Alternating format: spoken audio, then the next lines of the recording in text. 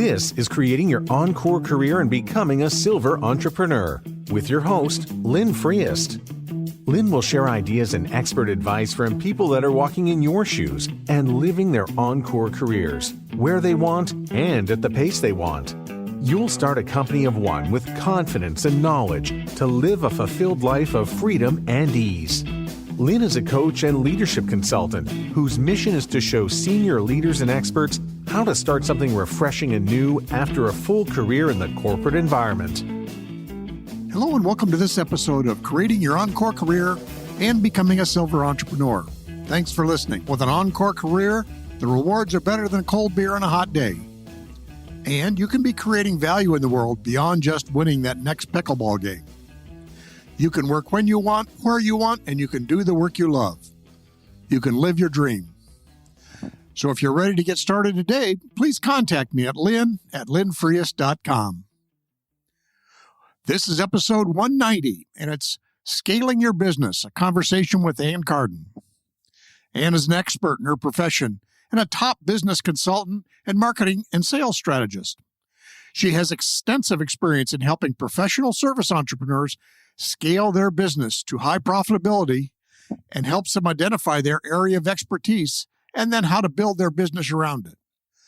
Some of the things we're going to talk about with Ann are she'll explain the 4 buckets of her services, her revenue model, market positioning, sales processes, and scaling.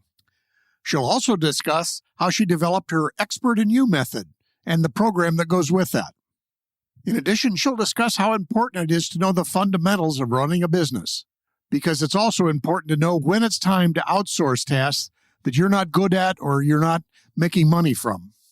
And finally, Ann will share her strategy for her podcast and how she uses it to build her business. Well, thank you, Ann, for being with us today. Real excited to hear what you have to say, given all your work with small businesses and people who are starting their business. To start with, I'd just like to say, do you have a special project or anything you're interested in that you're working on right now? Thank you, Lynn. Thanks for having me here, first of all. I actually have a couple things going on right now. I have a luxury retreat coming up in about a month or a little over a month, and it's going to be in Arizona.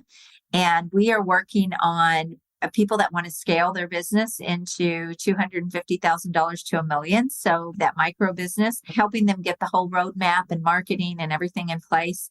So that is a 4-night, 3-day, all-inclusive, except travel, luxury retreat. And then we do some fun things like hot air balloon ride, and it's a 5-star experience. So that is what I'm working on right now, and I have that going on.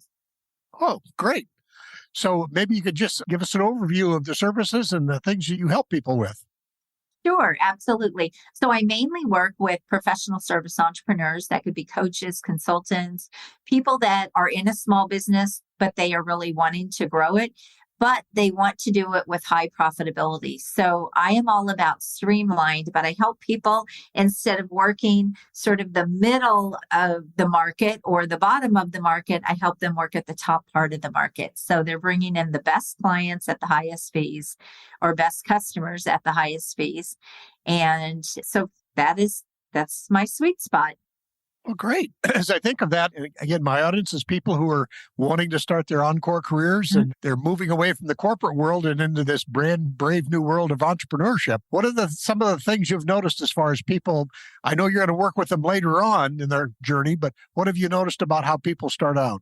Yeah, so I actually do work with startups as well. If they are looking to leave corporate, they come with a lot of expertise and experience, but I mainly help them get started in a coaching or consulting business. So often they have acquired so much knowledge and expertise that could really be valuable to other people. So I always believe your fastest path to start a business is use your current resources. Do what you're already good at and then figure out, okay, how can I package, market, and sell this and build a business around it? To me, that is the fastest path because people they come with so much talent and so much knowledge, and then they don't have to learn how to do their thing to build a business. They just have to learn how to build a business. Sure. But I wonder often when I work with people, the first thing we talk about, though, is your new business is not your position or your title or whatever. Sometimes it's hard for the experts to recognize, okay, what am I an expert at? I was a VP of this or that or whatever. But it sounds like you help them understand what that is. Absolutely. One of my areas of genius, and I don't even know why I'm good at this, to be quite honest, I'm able to look at someone and look at all of their expertise and everything they have acquired. And really, because I've been doing this for so long, I'm able to help them really package, market, and sell that value. So I've taken people where a lot of people would come out and they would say, okay, I think I want to maybe coach, but I'm going to go get a certification, or I'm going to go buy into an organization where they can teach me how to coach. I help you really understand the value that you can bring to the market and what people are looking for, and what would also be very saleable and at a high level. So that's one of the things that I really help them figure out. And the interesting thing is, when we go through this exercise, Lynn, I have them, and this is just a great exercise for anyone thinking about starting. I say, get out a piece of paper and I want you just to brainstorm everything you know how to do, and then start marking off the things that you don't really know that well, but you still know how to do them. And then you keep curating that list down until you really define, oh my gosh, this is my area of expertise. And then all of the other things can be put into that bucket as well, because there's a lot of moving parts to anything you do. Mm-hmm. But that will really determine what you can really build your business around. And then again, who's the market for that, and how can you package that? Yeah, when I've worked with people, a similar thing I ask them, like you say, write down everything you've done, not the titles or the jobs, but the actual activities. And then think about those that gave you energy too, because sometimes you can be really good at something and not like to do it at all. We try to at least identify that. That's true. No, I do the same thing. I'm like, okay, what don't you like? Mark that off. Mark that off. You can always outsource that. Yeah. And it's what I've found too, sometimes you really have to inquire with them, because for them, they've been doing it for so long, it's so easy, they don't think it's special. Oh, and yet it's magic to everyone else. Yes, absolutely. That's the biggest thing when I'm working with someone who has all of this expertise and knowledge and experience. I call it career collateral. And they really don't, because they're so close to it, they really don't even think about it. It's so second nature to them. They have no idea they don't think about all the years and the blood, sweat, and tears that it took to get them there, or maybe all the education or all the investing. All of those things become part of that career collateral that you can now build something really significant around. So yes, you can't see your own value. And I have to say, I have struggled with this in the past, and I'm sure you have as well. We're too close to it. It's like, yeah, when you're in the game, you just can't see everything. Yeah, absolutely. And then it's one of those things that's hard to even articulate it sometimes, because you're so used to doing it. The other thing I've told them, if they're having trouble, is at the very least, you've made a lot of mistakes in life and recovered from them. So think about those. Those are worth something. Yes. There's value in those as well. Yeah, absolutely. Another arena there is, as people get started on these things, when you're helping any particular one, we have to find out what their value proposition is, but any other things that you help them start developing in terms of skills, knowledge, or understandings. Yeah, so I work mainly in 4 buckets. So I help them build out their revenue model. What are they going to sell? How is that going to be packaged and priced? And then we work on the marketing piece so that they can position themselves as the expert and the authority that they really are, because they've spent years becoming that. I help them get positioned in the market so that they really do stand out in a category of one. So that's all around that value proposition. I call it market positioning, building your brand, and then really being seen as the credible and the expert that you are. And so all of that, what I like to call the positioning, because that's the outside perception people have of you and what you do. That has to be in place first.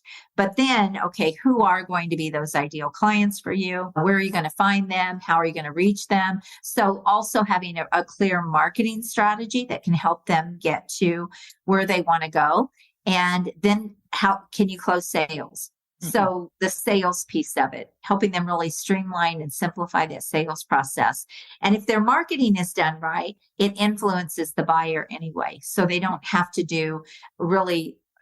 be great at sales if their marketing is right and it's doing the heavy lifting for them. So help them with the whole sales piece. And then finally, how do you grow this thing? How do you scale this? So I call that rev up your revenue. And that's where you can implement things like automation, build a small team, systematize, add partnerships, affiliate partners, all of those things. How are you going to build out and do it in a way that still gives you a life that you love. So all of that is my Expert in You method and program. And I do that whether they're a startup coming with a lot of experience and knowledge, or I do that whether they're already in their business and they haven't been getting to the levels they want. I usually have to go back in and help them restructure and redesign those 4 areas. Sure, absolutely. Yeah, one of the things I've often told people is I want them to continue to own their expertise because, on the other hand, they also have to be apprentices because there's going to be things that they have to learn. So even if a person was a corporate marketing executive, that's not the same as marketing yourselves. So they're going to have some new lessons to learn about marketing, obviously tech tools or something that comes up a lot. And sometimes what I've told those folks is if you have some resources, you can think about who knows how to do it. You may need to know what it is, but you don't always have to teach yourself every new tech tool. And I'm sure you found that too.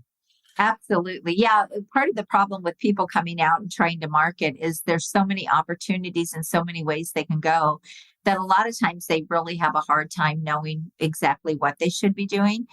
And even if you're coming from, say, a corporate marketing background, they have big budgets, right? You've got to play with other people's money. It is not that way when you are in business for yourself. Reality sets in and it's, oh my gosh, I have to know how to do this. And maybe I have to know how to do this with little to no money.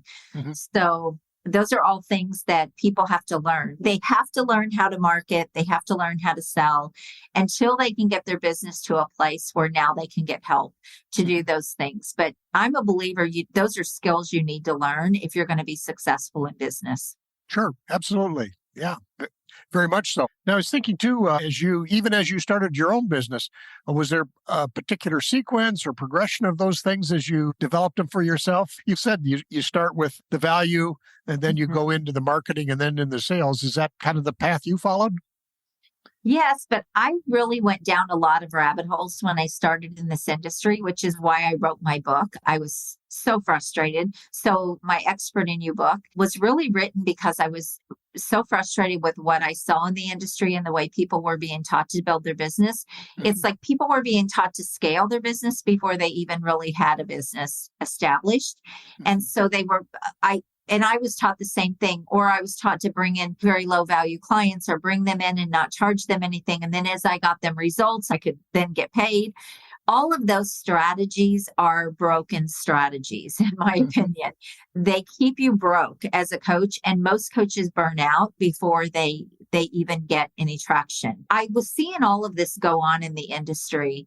And I went, like I said, I did a lot of investing and I did a lot of programs and worked with a lot of coaches. And over again, there were just pieces missing and gaps. It was like no one could do what I do with people now. They couldn't look at me and say, oh, wow, you can do this. You're really good at this. Oh, this is how we can package this and market that. And this is how you can get paid the fees that you deserve to get paid. When I'm helping people add hundreds of thousands of dollars or millions of dollars to their business, why should I be making $497 a month? But that is a lot of the strategy that's being taught out there. So I was very frustrated. I took a step back at one point. I thought, I'm either going to figure this out because I already knew how to build businesses. I had built 5 for myself and sold them, which is why I came into the business coaching space. But I said, I'm either going to figure this out and I'm going to do it in a way that really aligns with me and who I am and what I want to do and how I know I can help people, and not use strategies that are out of integrity, or I'm the one that suffers more than anybody. Like when you bring in clients who aren't ready for you, it's miserable. There's no great way around that. You need to be working with people that really value what you're helping them do, and they're all in. When I first started, I was bringing in clients where I cared more about their success than they did. That's not a good strategy, right? No. But all of that was because of the way I had my business structured and the way I was selling my services. So when I took a step back, I said, I'm going to figure this out or I'm going to get out because I'm not loving this. And I've already sold 5 businesses and financially I'm in a good place. I don't need to do this. I want to do it because I want to help people, but I want to help the people that really need to be helped and are willing to put in the work. That's really where my process came from, my expert in you process. And I have a top-down approach. So I teach people how to work at the top end of a market versus the middle or the low end, which is what a lot of people are doing. Mhm. So you start with working with the best people because you're already an expert. You already know what you're doing. And then everything else from there becomes the next levels in your business. Most people are teaching people how to start at the bottom, and then you work people up. And that's a very difficult model because it keeps you struggling. It keeps you cash poor. So the model that I teach, people get, they can come right out and be a new coach and get a $50,000 sale is significant for most people. So Oh, yeah. then they have the cash flow and things to really grow their business and be able to invest back into their business and in their skills and things like that. So I flipped that whole model on its head from what other people were out there teaching. And that's really the process that I teach today. But I've been using that model since my very first business. I Okay. just didn't apply it to what I'm doing now until I really had to think about what's not working here. And then I realized, oh, yeah, I'm trying to sell low stuff instead of high stuff. Yeah. What? Oh, that's marvelous because, yeah, I would agree. All the things that I've learned over the years, they tended to start at the low end and work up. But on the other hand, with people who are new to this, I assume that you have to trigger their thinking to have them start thinking as much about their value as they need to. They often devalue the fact because it's so easy for them. But how do you help them? I know obviously you have a program, but what are a couple things you do to start triggering their thinking that they have more value than they think? Yeah, so I have a little bit of a process. So one of the things that I help people do is really understand the value to the market. So it's not about us. Nobody buys us, right? They buy from us because they like us and they think we're good at what we do or whatever. But people really don't have an understanding of what the market will pay for and what would be compelling for the market to want to invest big amounts of money. And also it comes down to who your market is. So all of those are pieces. There's a lot of moving parts. But one of the ways that I really get them past this is I really help them understand the value to the market. A good example of this is if you have maybe been excellent in sales all of your life, you've done corporate sales, maybe you've won awards. I've worked with people like this. And now you're coming out and you want to build a consulting business around sales, for example, or a business around sales. So I help them say, if you went in and you did your genius stuff that you do, and you could help that company grow their sales, their revenue, or improve their sales so that their revenue grew by $10 million, what do you think you could charge? And so when I show them that, what I call impact pricing, that rings a bell to them. It's like when I was working with small business owners who were paying me very little, but I was helping them add hundreds of thousands of dollars to their business or $1 million or more dollars to their business. I felt really cheated as a coach. Like it's taken me 32 years, actually 40 years in business to learn everything I've learned. And not that I didn't want to help them. Of course I did. That's why I do this. But I thought, for what I'm getting paid, is that really fair? Is that really fair?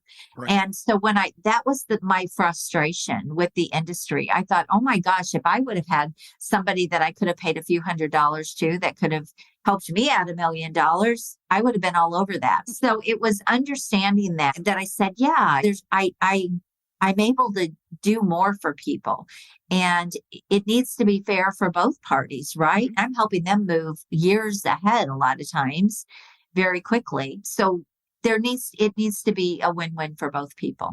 And Sure. I didn't feel like it was at first.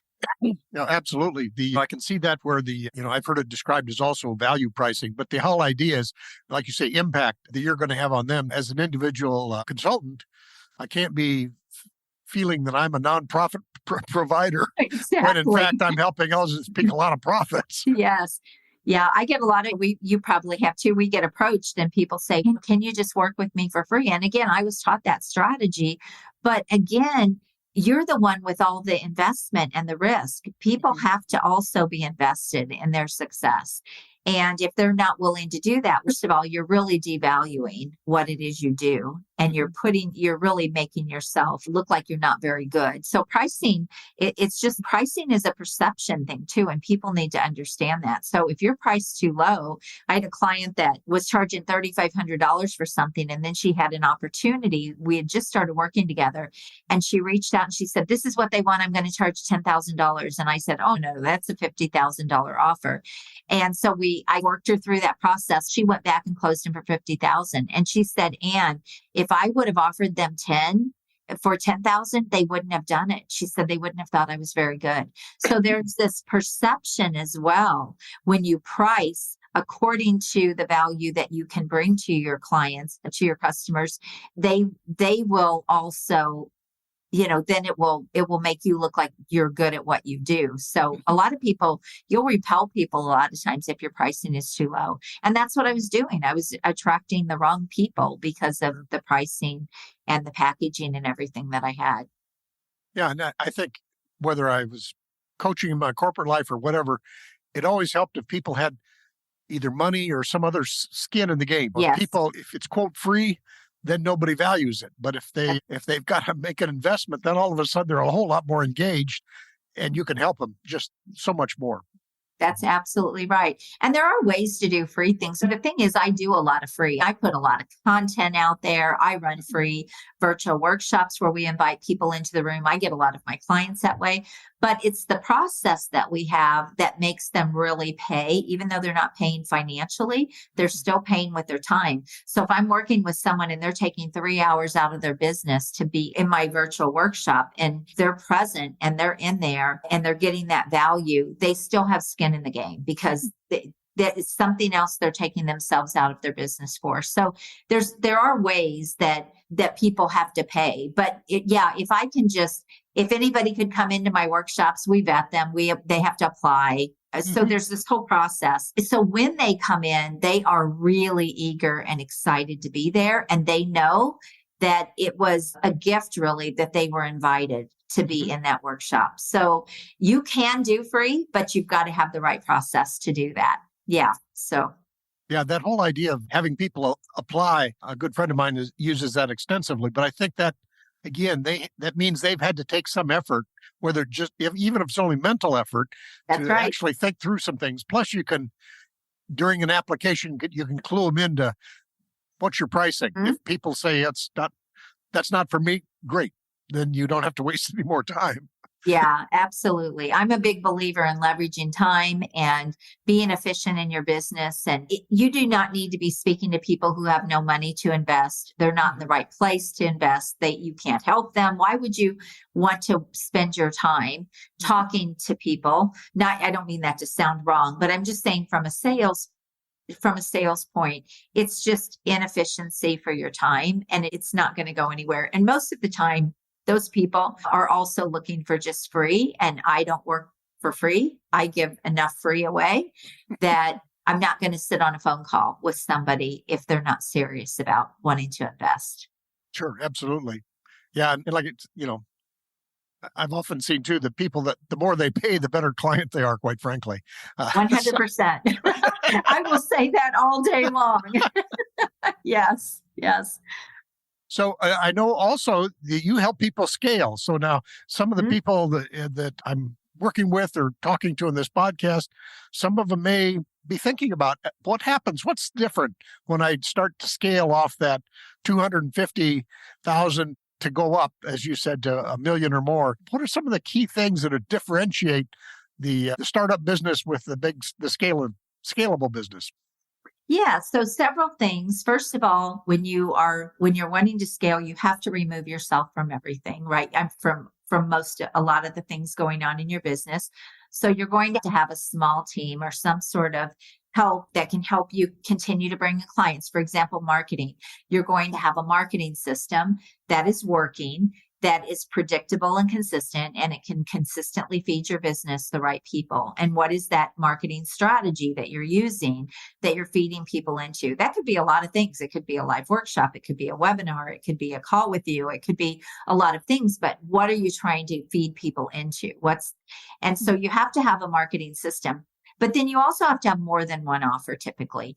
And a lot of people, you don't have to do this. A lot of people teach scale strategies as your main business. And so if you've gone down that road, that's fine, but you probably have an opportunity then to go more premium. So there's always more levels. But if you're selling premium, now how can you leverage your time and still help more clients? So most of the time, this is going to be, you have to go to a one-to-many model, but I teach still at a very high level. And then you move away from the one-to-one so much, but you can still do one-to-one. But do you have a suite of products that are all the same thing? They're just different ways people can work with you. So like I have masterminds, high-level masterminds. I work with clients privately. I can work with them for a year. I can work with them for 6 months or 60 days or 1 day. Those are all different offers, but I'm doing the same thing with people. I still work in the same zone of genius for what I do. And so that makes my business more scalable. I'm only selling myself one way. And then when people come to me or book a call, I find out what's going to be the best way for them and what's going to be the best path. So that's part of scaling. The other thing is doing some automation, having things automated, having your sales system really streamlined and dialed in. So if there's an application process or a qualifying process, all of those things give you time back that you now get to work on your business. And then finally, when you're scaling, obviously you're building a team, but systems are a big part of that. And also having partnerships that can feed your business or build out other income streams. So I have multiple income streams in my business, but I don't do the stuff. I just bring the business to my partner and I don't have the partner in my business. I don't mean that. I'm a solo owner, but I do have partnerships. And that means if you want your book written or you want to get featured in the media or get on a magazine, we have a whole package that we offer. But my partner does that and we share the revenue. So that's just one example of building out revenue streams where you don't have to do the work. So there's a lot of ways to scale, but those are some of the ways. Sure. Thank you. And some of what I mentioned and what I've learned over the last 7 years is that it's amazing in today's world, coming out of the corporate world, you think you have to have a whole big team of people and all kinds of overheads. And when in fact, you can buy hours of time. There's all kinds of ways to just, again, you don't have to have 25 people to get 25 things done. You can have bits of time. But sometimes that's a hard transition for people to make. Yeah, it is, because you still, even if you're outsourcing, let's say you hire VAs or you have people maybe doing some of your graphic design or some of your marketing, you're still the leader of your company. You're still the leader of your business and you have to manage those things. And eventually you might bring in a project manager, whatever it is you do. It's going to be a little bit different, but a lot of people don't really know how to do that well. It's like, where should I put my money first?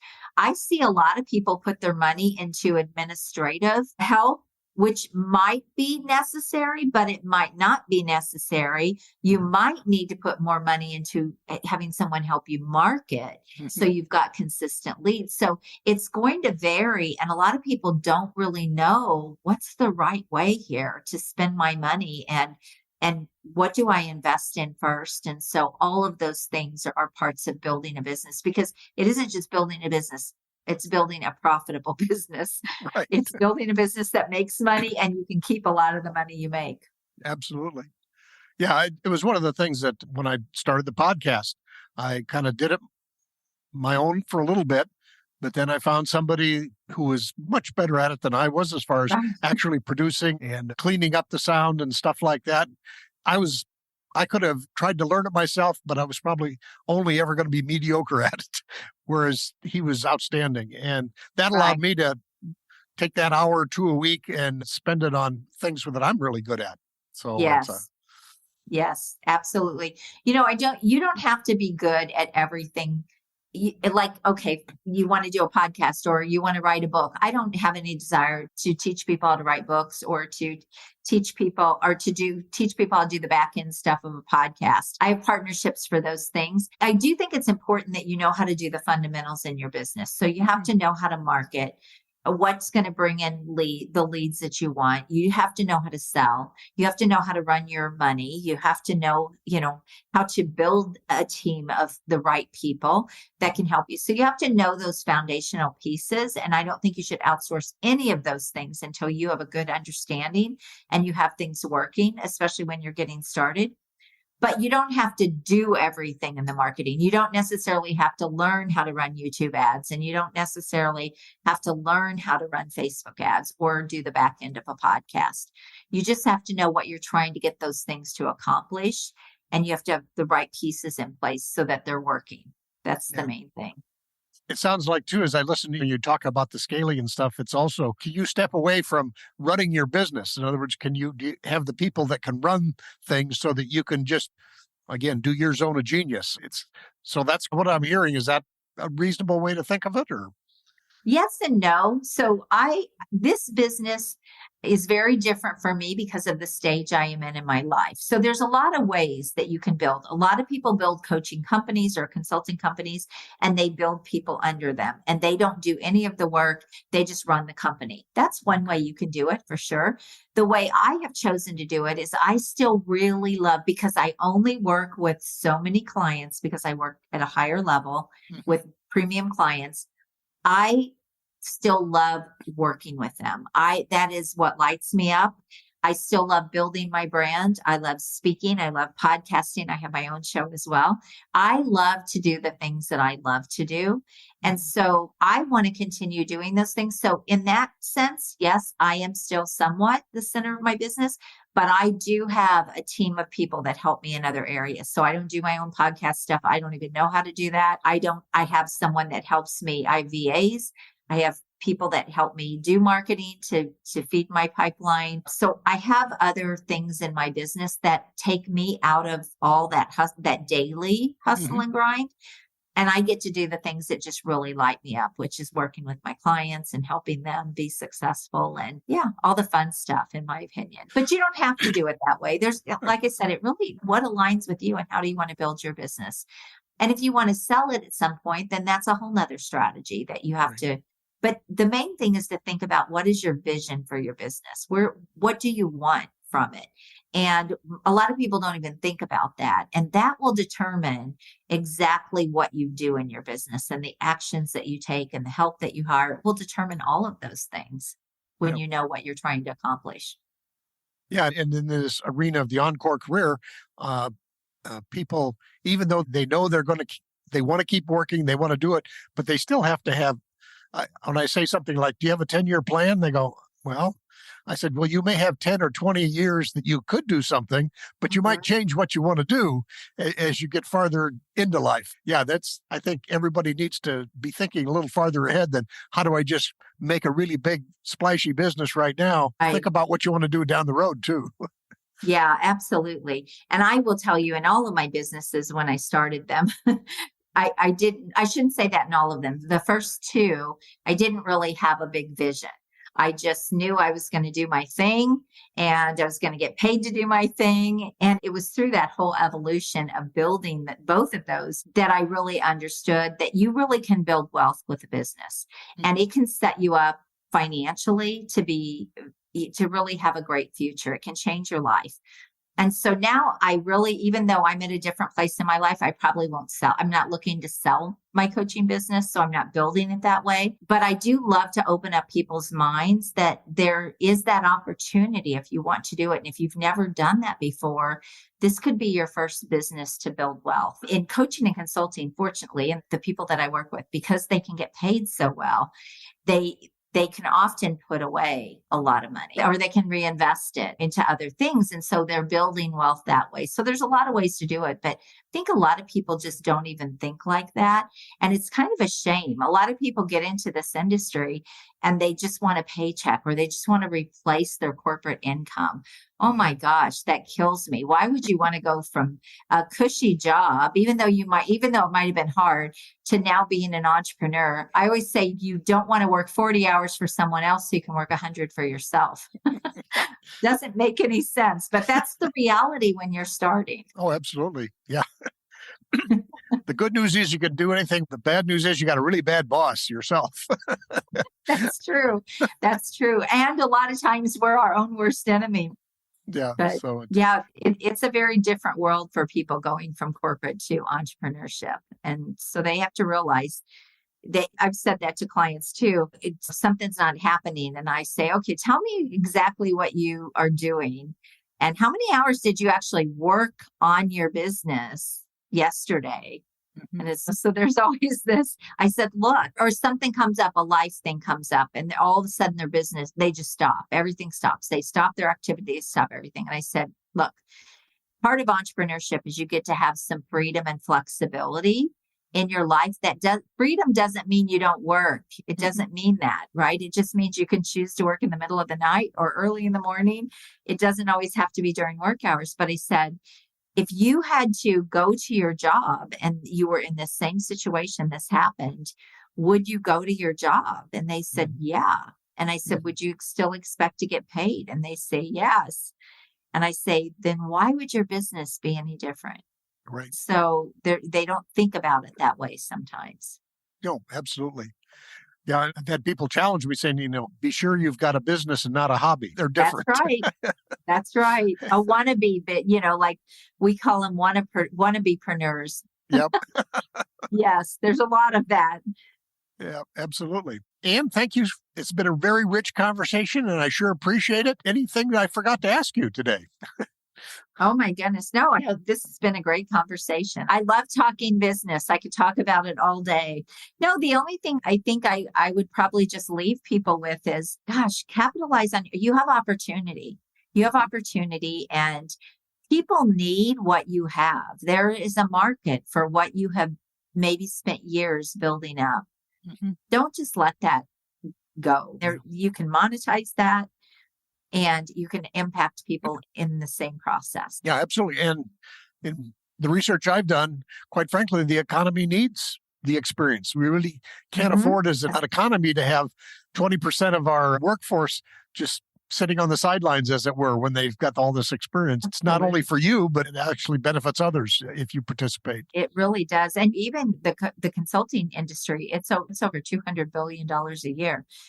And coaching is, I'm trying to remember what the newest numbers are, something like $30 billion a year, something like that. That tells you that there is a market for it, that that people are in need of that experience and that knowledge. And it is really cheaper.